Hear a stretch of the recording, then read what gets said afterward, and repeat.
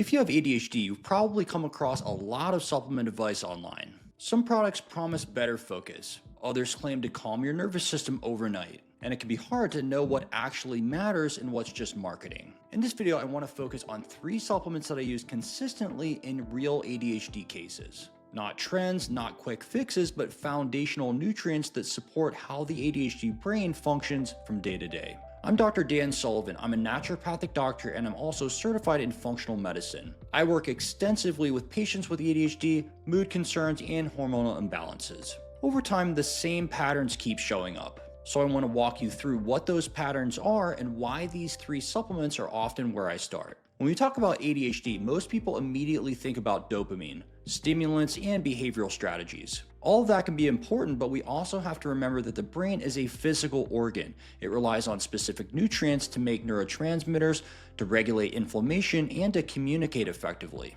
In many of the ADHD cases I see, there are consistent deficiencies or suboptimal levels in a few key areas. When we address those, the result is not an overnight cure, but we often can see improvements in mood stability, sleep quality, stress tolerance, and overall cognitive capacity. It becomes easier for the brain to benefit from the tools you're already using. With that context in mind, let's talk about the first nutrient I pay close attention to. The first supplement I want to talk about is vitamin D3 with vitamin K2.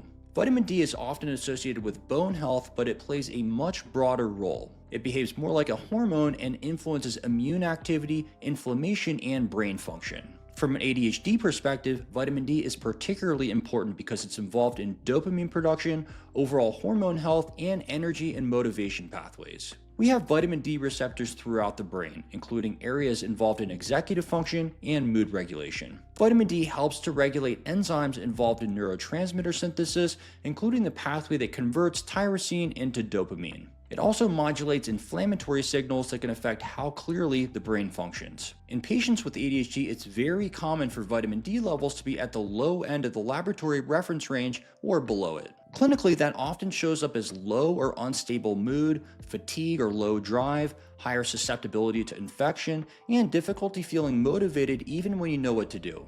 If your brain is already working harder to regulate attention and emotions, suboptimal vitamin D can absolutely amplify that struggle. In my practice, I routinely check a blood test called 25-hydroxy vitamin D. Most labs will give you a very wide normal reference range, but for the majority of people, I find that an optimal range between about 50 to 80 nanograms per milliliter tends to correlate with better mood, better immune balance, and overall resilience. Of course, the ideal target can vary based on the individual and their context, but that's the general window I'm usually aiming for. When supplementation is appropriate, I typically use vitamin D3 paired with vitamin K2.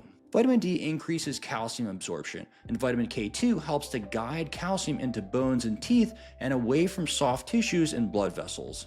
That combination supports both effectiveness and long-term safety. The exact dose depends on baseline lab values, body weight, sun exposure, dietary intake, and medical history. So I don't recommend guessing or copying somebody else's dose. Testing, supplementing intentionally, and retesting over time is a safer and much more effective approach. If you're living with ADHD and you notice low mood, low energy, low motivation, and frequent illness, vitamin D status is one of the first labs I want to see and one of the most important to correct when it's low. Next, let's talk about a nutrient that helps build the physical structure of the brain, omega-3 fish oil. Your brain is rich in fat, and the types of fats you consume directly affect how brain cells function. EPA and DHA, the 2 main omega-3 fatty acids found in fish oil, are major components of neuronal membranes. They influence membrane fluidity, neurotransmitter signaling, and inflammatory pathways. From an ADHD standpoint, this matters for a few different reasons. Omega-3s support dopamine and serotonin signaling, which are central to focus, motivation, and to mood. They help maintain the flexibility and integrity of brain cell membranes, which affects how efficiently neurons can communicate. And they have strong anti-inflammatory properties. We have growing evidence that in at least a subset of individuals with ADHD, inflammatory markers tend to run higher than in neurotypical controls. So when ADHD and inflammation overlap, omega-3s become even more relevant. When omega-3 levels are insufficient, patients often describe brain fog or mental heaviness, difficulty sustaining attention, increased irritability or low mood, and a sense that their cognition just isn't as sharp as it should be. Diet histories frequently show very low intake of fatty fish like salmon, sardines, mackerel, or anchovies, and a higher intake of processed seed oils. There are two primary ways to improve your omega-3 status. One is by dietary intake by including fatty fish several times per week, and the other is supplementation. For many patients who don't eat much fish, a high-quality fish oil supplement is the most practical option. When it comes to supplements, quality absolutely matters. Many low-cost omega-3 products on the market are poorly purified and partially oxidized because of inadequate processing, exposure to heat, light, or air, and long storage times. Oxidized oils lose much of their benefit and may even contribute to oxidative stress, which is essentially the opposite of what we want for the brain. So with omega-3s, I pay particular attention to purity, oxidation, and dose. For purity, I look for products that are third-party tested for heavy metals, PCBs, and other contaminants. For oxidation, reputable brands will often monitor oxidation markers to ensure that their oil hasn't oxidized. Dark bottles, proper encapsulation, and controlled storage all help to protect the oil. For dose, I focus on the actual EPA and DHA content per serving, not just fish oil milligrams on the front of the label. Many people need a meaningful daily dose of combined EPA and DHA to move the needle, not just a token amount. There's also a blood test called the omega-3 index, which measures how much omega-3 is present in red blood cell membranes. It's not mandatory, but it can be a very helpful way to clarify where you're starting and objectively track change over time. In patients with ADHD, especially when there's brain fog, emotional reactivity, or signs of systemic inflammation, optimizing omega-3 intake with a high-quality, non-oxidized fish oil is one of the most reliable ways I see to support brain function and overall inflammatory balance. Now let's turn to a mineral that plays a key role in calming and regulating the nervous system, and that is magnesium. Magnesium participates in hundreds of biochemical reactions in the body. Many of those involve nerve conduction, muscle relaxation, energy production, and the stress response. Magnesium is also one of the most common nutrient deficiencies I see, especially in individuals with ADHD. There's a few key reasons for this. Modern diets are often low in magnesium-rich foods such as leafy greens, nuts, seeds, and legumes. Chronic stress and high caffeine intake increase magnesium loss. And importantly, many stimulant medications used for ADHD can further deplete magnesium by increasing urinary excretion and demand on the nervous system. So basically, you can get a vicious cycle. ADHD increases the stress on the nervous system, stress and stimulants deplete magnesium, low magnesium makes sleep, anxiety, and emotional regulation worse, and that in turn amplifies ADHD symptoms. Clinically, low or suboptimal magnesium often shows up as difficulty winding down at night, feeling wired and tired at the same time,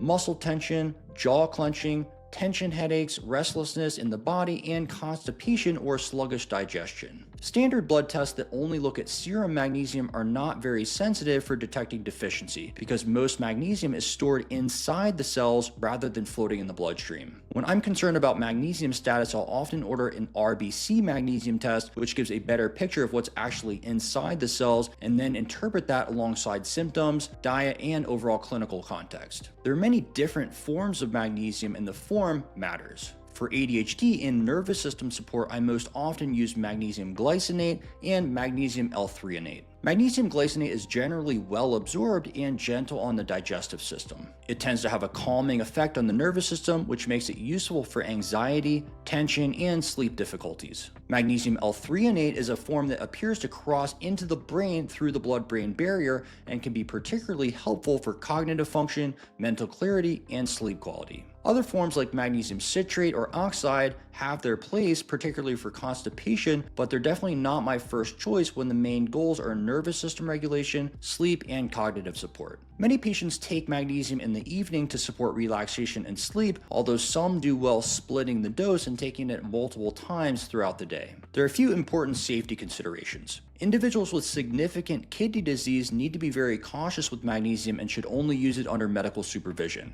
Magnesium can also interact with the absorption of certain medications, so timing and coordination with a prescribing clinician is definitely important. For many people with ADHD, improving magnesium status, especially with well-absorbed forms like glycinate and L-threonate, leads to better sleep quality, reduced physical tension, and a more regulated nervous system. That in turn supports attention, emotional regulation, and overall daily functioning. The natural question is, how do you put all this together without creating an overwhelming supplement regimen? First, we assess and address vitamin D status, especially if levels are clearly low on lab work, and we aim for an optimal range that often falls between about 50 to 80 nanograms per milliliter for most people. Second, we optimize omega-3 intake through diet and quality supplementation, paying attention to both purity and adequate EPA and DHA dosing, and sometimes using an omega-3 index to track progress. Third, we can add magnesium to support sleep, stress response, and nervous system regulation, choosing well-absorbed forms like glycinate